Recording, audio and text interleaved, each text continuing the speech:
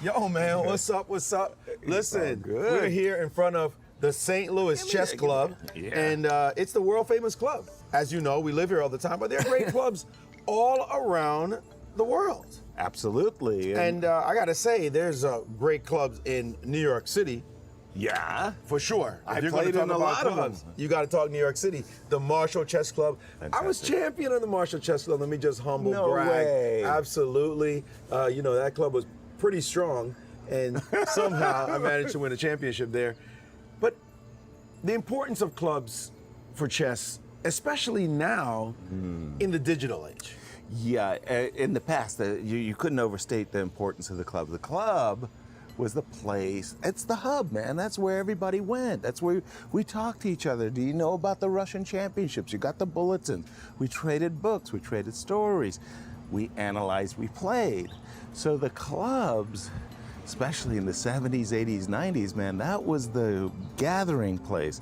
And on the West Coast, we had a marvelous club, the Mechanics Chess Club, San Francisco. I've been there, did lectures, played there, and that club from the 1850s, right?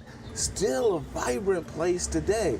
That's like a marvelous place. In New York, what was your favorite hangout? Well, you know, like you said, without the clubs, how do you find players? Exactly. I remember going to the Manhattan Chess Club. The Manhattan Chess Club no longer exists now, but it was an institution. In fact, the Manhattan moved into the Carnegie Hall building. Exactly. Like, you know, you up were, on the 10th floor. When you arrive as a musician, you go to Carnegie Hall. Of course. When you arrive as a chess player, you go to the Manhattan Chess Club. Exactly. And I remember going into the Manhattan Chess Club, and you've got all these famous Grandmasters in there, and we'd have Friday Night Blitz. Right. And I would played walk in those too. I would walk in, right? And I remember once I walked into the Friday Night Blitz, and you know, there was Steve Emmett, the tournament director, and I said to him, Jeffrey Kastner. No, in particular, I remember Steve Emmett. When I walked in, and I said to Steve, "Who's playing in the Blitz tonight?" And he says to me, "You can't ask who's playing in the Blitz and then not play." He thought I was trying to, you know, to hustle, get a fast one, hustle. Right. I said to him, "I only want to play if there's strong players playing." And he shouted, "Well, we've got Benjamin, we've got Fed, we got DeLuge." I said, "Sign me up." Yeah, I'm in. That's the kind of strength level you had at that club, and you always wanted to play. So it allowed me to get stronger as a player. If there were no clubs, there was no internet and stuff to be able to just jump on and get a strong player anytime you want. You needed a club in order to make that happen. No question about it. And for me, in Seattle, when I was growing up, we had the American Chess Service, the ACS, and we had a guy organizer. There's always one organizer who is, you know, like there all the time. Robert Anthony Karch, we called him Rack. And Rack organized tournaments, I am not kidding, nearly every weekend. Congresses, I remember playing in these, you know, at any kind of holiday. There was a Thanksgiving Day tournament, there was a Columbus Day tournament, there was a President's Day Open, you know, all of these tournaments.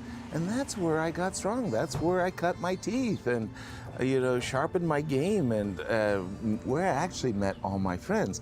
Now today, you want to talk about a digital age, my gosh, it's all online, which has been good in many ways. But I miss this. The camaraderie at the club. Move. You know, I'm thinking about old school clubs like the Flea House. Oh, brilliant. You know, my good homeboy Willie Johnson, we call him Pop. He'd tell me about the days in the Flea House where he'd come up, he'd see Ginger Shashvili hanging out, and those players. You know about the Flea House. Oh gosh, yes. Okay. I go there in 1977. I'm 17 years old. I'm strong as an ox, surfer, swimmer's build, long hair, afro actually here. Come in, and the guy says to me, "You look like you're looking for something. What are you looking for?" I said, "A chess game. Social or for money?" "I play for a little money. Come with me." Brings me to the table.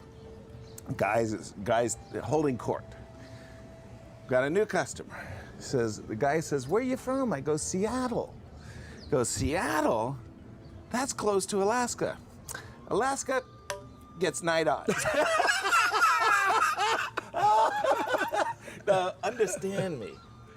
At that exact moment in my life, There was one, possibly two people in the entire United States who could play even with me. They were Walter Brown and Bernard Zuckerman, and that was it. Everybody else, if I don't recognize Bernard Zuckerman or Walter Brown, you're toast. Guy's giving me night odds. Unbelievable. It's unbelievable.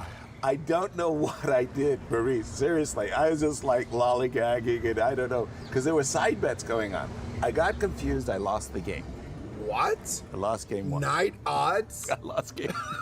The best thing I could possibly do. Everybody jumped on the next game.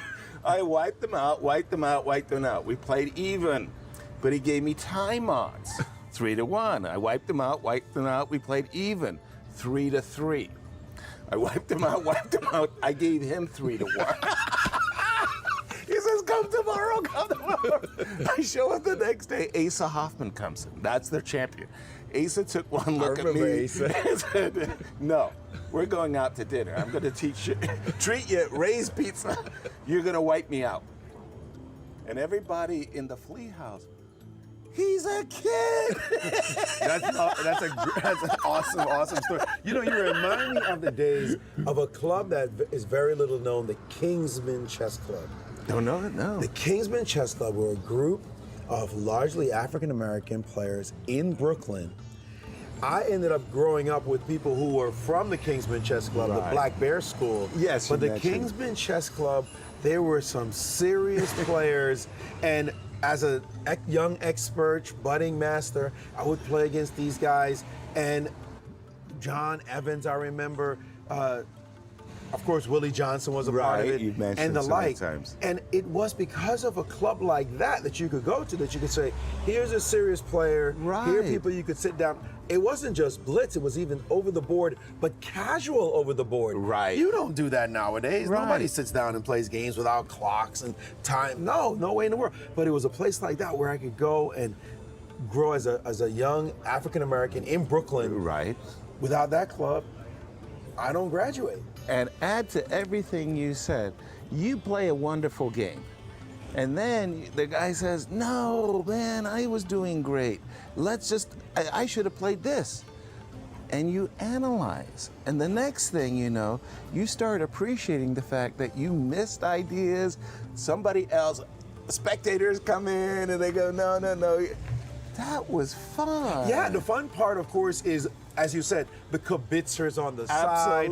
Hey, why didn't you do this? Everybody's 200 points stronger when they're on the side, and they're just talking, and you're what do you mean this and that? And that kind of camaraderie, how do you find it in a digital age? You just don't. That is a lost art. Yeah. And I used to love that about the analysis. Everybody's hands on the board. Right. You got to have rules now. You can't put your hand. If you touch the board, you got to put money. You have to put money. You touch our board. Forget about it. That's the kind of stuff you just miss when you're always doing it on a computer online. No question about it. That's the downside.